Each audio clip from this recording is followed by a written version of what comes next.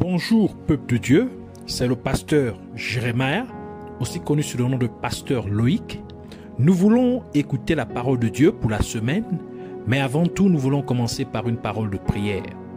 Alors en signe de révérence à notre Père Céleste, à notre Dieu, baissons nos têtes et prions ensemble. Père éternel, Dieu de gloire, Dieu tout-puissant, seul et véritable Dieu, nous te disons merci. Merci pour cette énième opportunité que tu nous accordes de pouvoir nous recueillir dans ta présence.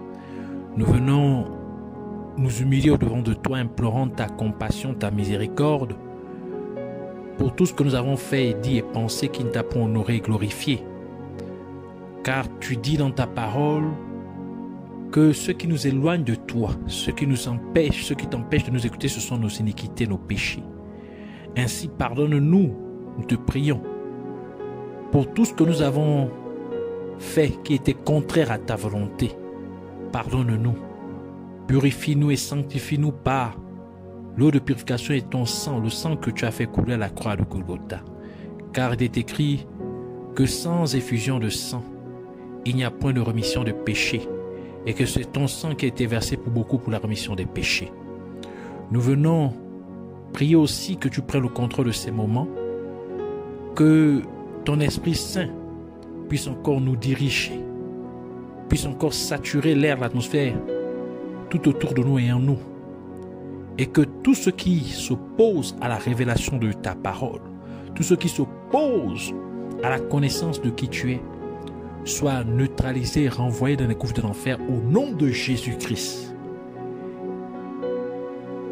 Nous prions, Seigneur, que tu nous communiques ta pensée, que tu nous enseignes et que tu nous emmènes dans les profondeurs de la révélation de tes mystères. Que la gloire, l'honneur et la majesté te soient rendues. Au nom de Jésus-Christ, nous avons ainsi prié. Amen. Alors nous allons prendre notre passage des Saintes Écritures dans le livre de Genèse chapitre 1, versets 1 à 2. Nous lisons ainsi la parole de Dieu dans le livre de Genèse chapitre 1, versets 1 à 2 au nom de Jésus-Christ. Au commencement, Dieu créa les cieux et la terre. La terre était informe et vide. Il y avait les ténèbres à la surface de l'abîme, et l'Esprit de Dieu se mouvait au-dessus des eaux. Que le Seigneur bénisse sa parole, qu'elle vienne pleine de grâce, de vie, de révélation, de profondeur et de bénédiction au nom de Jésus-Christ. Amen. Alors pour cette semaine, le Seigneur voudrait nous entretenir sur Dieu créa une terre informe. Le titre de notre enseignement pour cette semaine est Dieu créa une terre informe. Le livre de Genèse est le tout premier livre de la Bible. Et le nom Genèse vient d'un mot hébreu qui signifie être ou commencer à être. Ainsi, le mot Genèse signifie origine ou commencement. Cela implique tout simplement que le livre de Genèse est la première pensée de Dieu envers l'humanité. Le livre de Genèse peut être décrit comme la première lettre de Dieu pour l'humanité. Dieu a communiqué le contenu de ce livre à Moïse. Ainsi, Moïse l'a mis en écrit. Ainsi, à travers le livre de Genèse, Dieu, le Créateur, qui est éternel, omnipotent, omniscient et omniprésent, a révélé à sa création humaine comment ils sont apparus. À travers le livre de Genèse, Dieu révèle à l'être humain comment il a amené l'humanité à exister. Et le premier verset du premier chapitre du premier livre de la Bible nous dit que Dieu a commencé par créer le ciel et la terre. Il alla même plus loin en décrivant que la terre était sans forme et vide et qu'il y avait des ténèbres sur la face de l'abîme. Et quand on lit une telle description de la terre, on peut facilement être tenté de dire que la terre avait des défauts lors de sa création, car elle était sans forme. Elle n'attirait donc pas du tout. Mais la question que nous devrions nous poser est: est-ce que Dieu commet des erreurs? Et la réponse à cette question est donnée par Dieu à travers le prophète Balaam dans Nombre chapitre 23 verset 19 qui dit: Dieu n'est point un homme pour mentir, ni fils d'un homme pour se repentir. Ce qu'il a dit, ne le fera-t-il pas? Ce qu'il a déclaré, ne l'exécutera-t-il pas? Ici, nous pouvons voir que Dieu ne se répand pas. Et nous savons qu'en tant qu'être humain, si nous nous répandons, c'est parce que nous commettons des erreurs. Ainsi, Dieu ne se répand pas. Cela implique que Dieu, le Créateur, ne commet pas d'erreur. Par conséquent, Dieu est parfait dans toutes ses voies, comme le déclare le livre de Psaume, dans Psaume 18, verset 30, la première partie du verset qui dit: les voies de Dieu sont parfaites. Et Jésus-Christ a ajouté dans Matthieu chapitre 5, verset 48, soyez donc parfaits comme votre Père céleste est parfait. Donc Dieu est parfait. Et Dieu va encore plus loin en disant ce qui suit à travers le prophète Ésaïe dans Ésaïe chapitre 55, verset 8 à 9 qui dit: car mes pensées ne sont pas vos pensées, et vos voix ne sont pas mes voix, dit l'Éternel. Autant les cieux sont élevés au-dessus de la terre, autant mes voix sont élevées au-dessus de vos voix, et mes pensées au-dessus de vos pensées. Cela nous révèle donc que Dieu, le Créateur, ne voit pas les choses de la même manière que nous, ses créatures, les voyons. En d'autres termes, quand les hommes voient des défauts, Dieu voit un potentiel. Quand les êtres humains voient l'imperfection, Dieu voit le développement. Quand les êtres humains voient la limitation, Dieu voit la possibilité. Quand les hommes voient le désespoir, Dieu voit l'aspiration. Par conséquent, si vous remarquez dans votre vie qu'il semble y avoir quelque chose qui manque ou que vous avez un défaut, vous devez savoir que Dieu, votre Créateur, ne se trompe pas. Donc, il doit y avoir quelque chose dans votre vie que Dieu voit, mais que vous ne percevez pas. Notre passage principal des Saintes Écritures nous dit qu'au milieu de toutes ces soi-disant défaillances ou imperfections de la terre, l'Esprit de Dieu se mouvait sur la face des eaux. Cela nous révèle donc qu'en tant que chrétiens, même si rien ne semble aller bien dans notre vie, l'Esprit de Dieu se meut dans notre vie, au milieu du chaos de notre vie. Au milieu de tout votre désespoir, l'Esprit de Dieu se meut dans votre vie.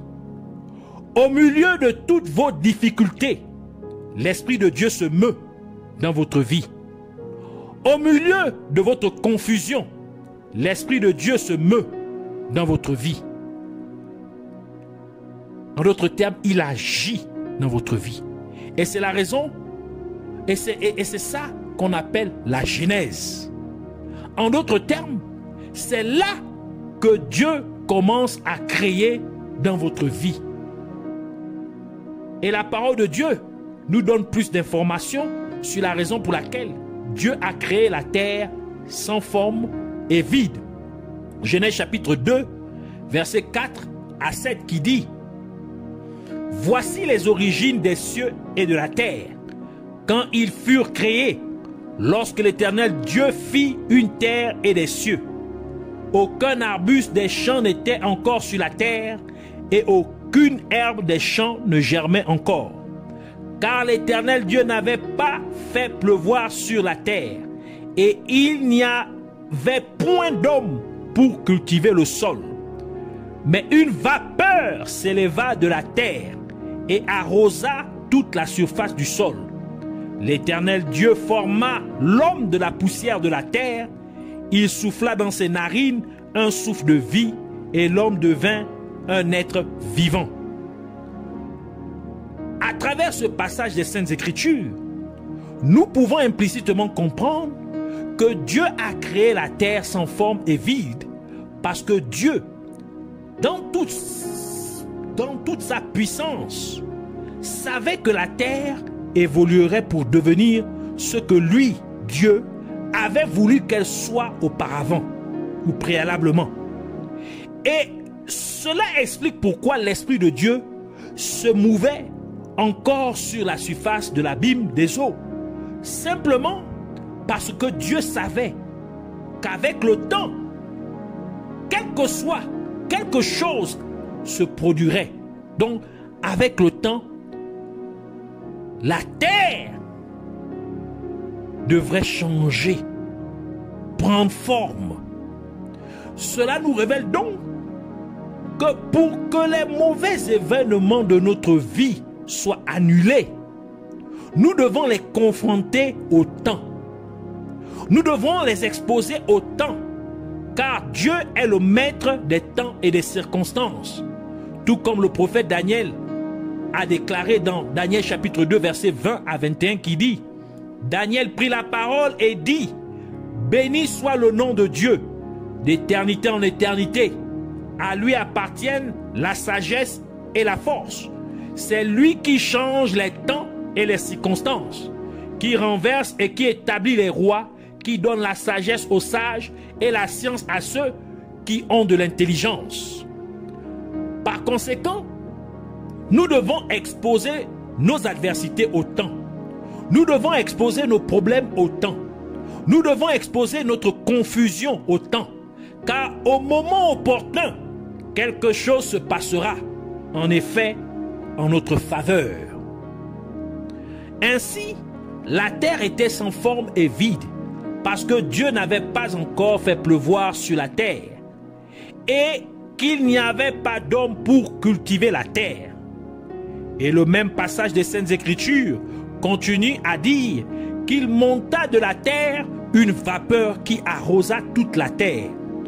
Nous pouvons remarquer qu'il n'y a rien d'autre qui fit monter cette vapeur.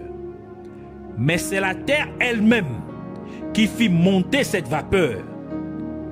Pour être plus explicite, la terre a 3 couches, qui sont la croûte, le manteau et le noyau.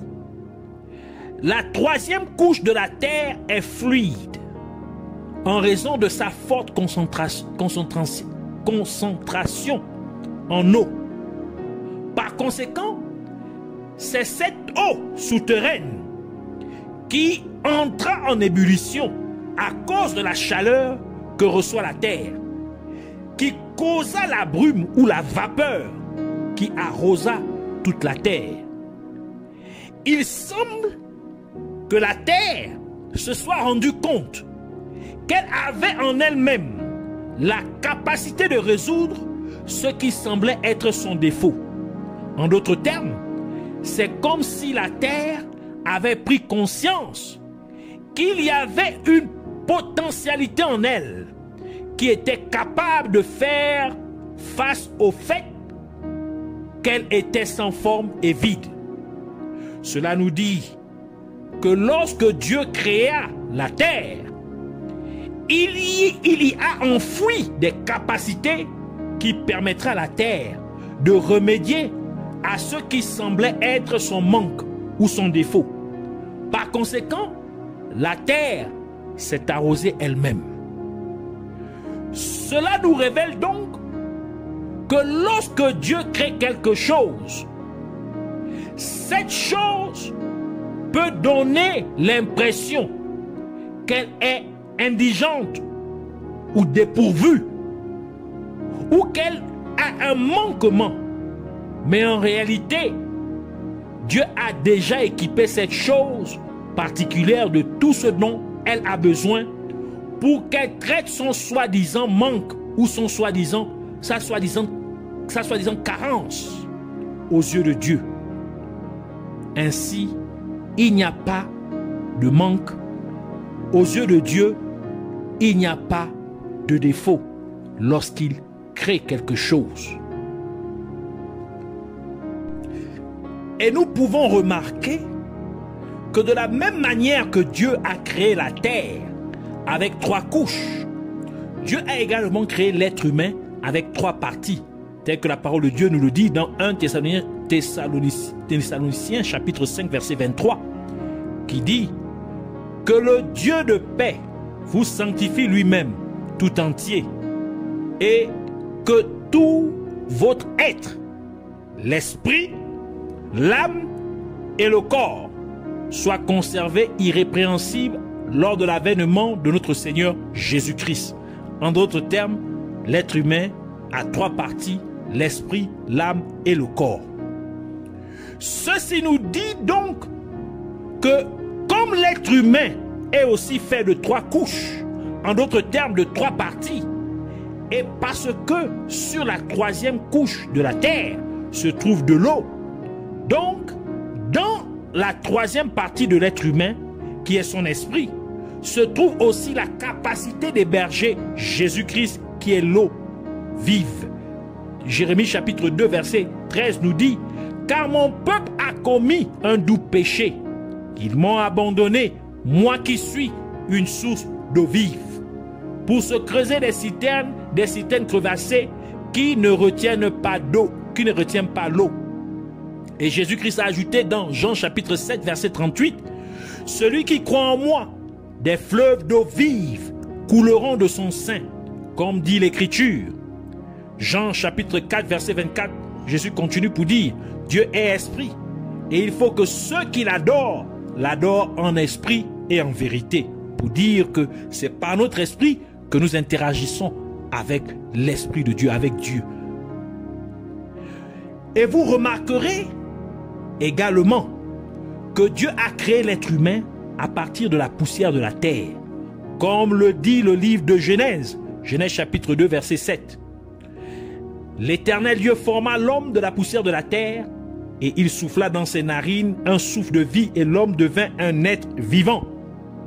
Tout cela, c'est pour nous dire que lorsque vous avez un besoin, vous devez faire remonter l'eau vive qui est à l'intérieur de vous, par votre foi en Jésus-Christ. En d'autres termes, par l'expression de votre foi, élevez Jésus-Christ. Vous devez élever Jésus-Christ dans votre situation afin que votre manque puisse être comblé. Et c'est pourquoi l'apôtre Paul a dit dans Philippiens chapitre 4 verset 19: et mon Dieu pourvoira à tous vos besoins selon sa richesse avec gloire en Jésus-Christ. Jésus-Christ est la parole de Dieu.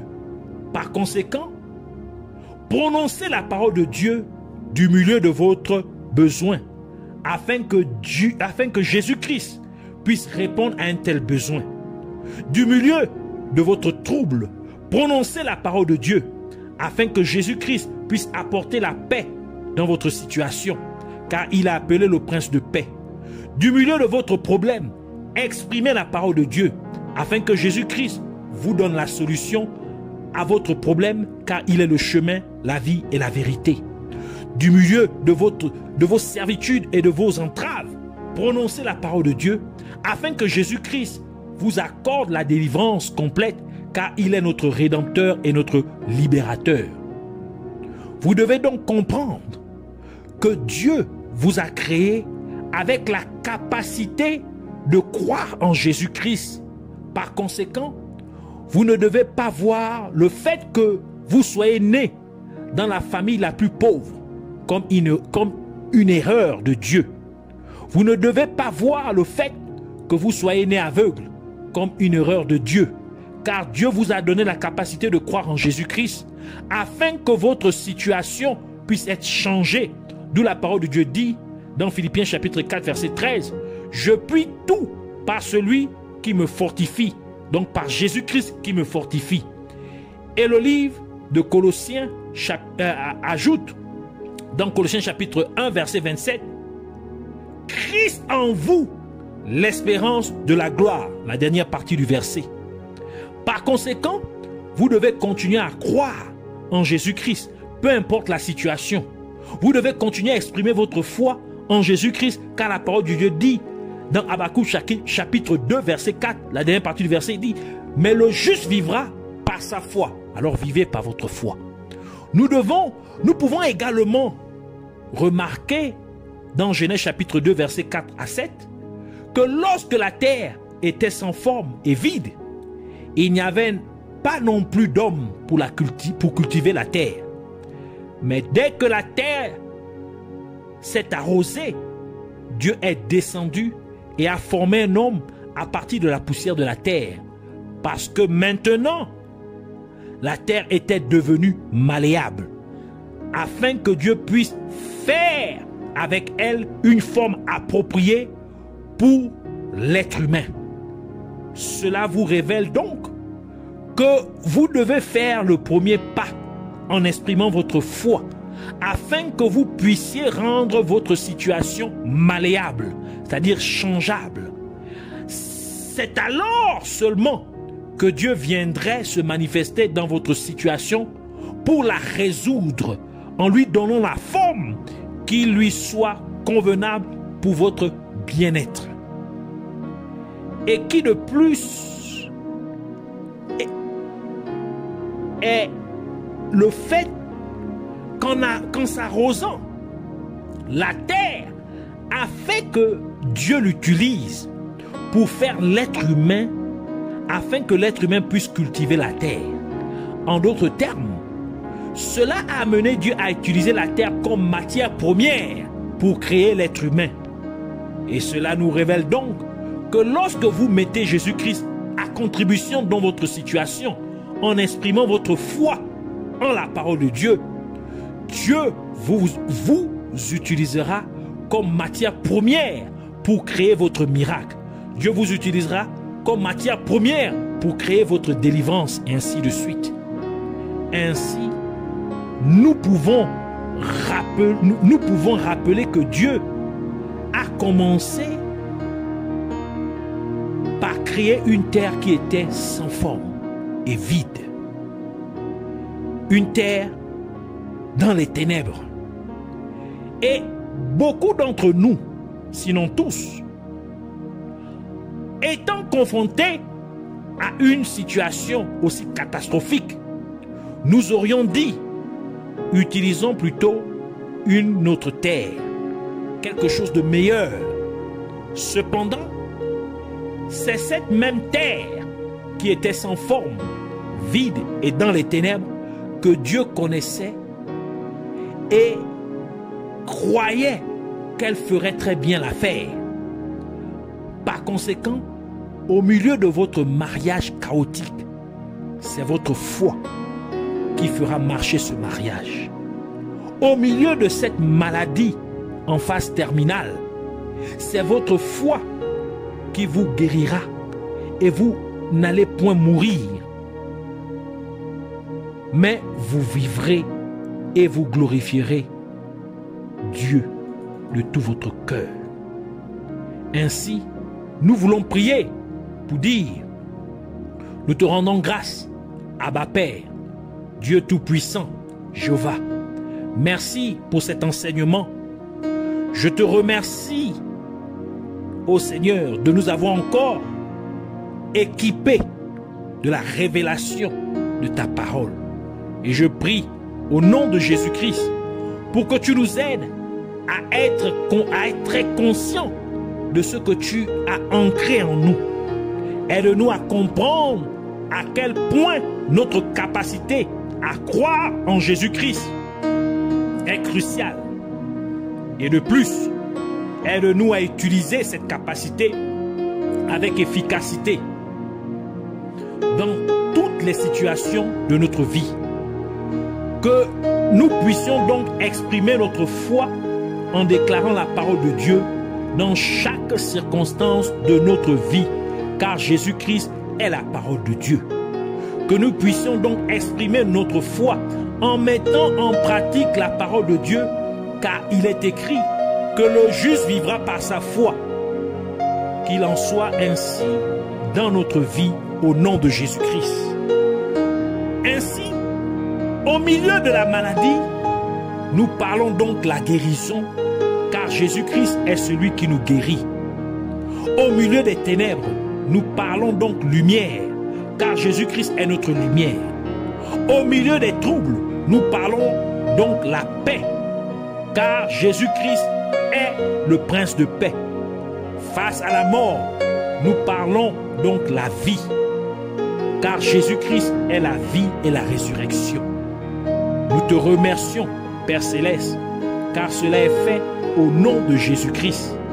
Nous te donnons ainsi toute la gloire et toute la louange pour toujours et à jamais, au nom de Jésus-Christ. Amen.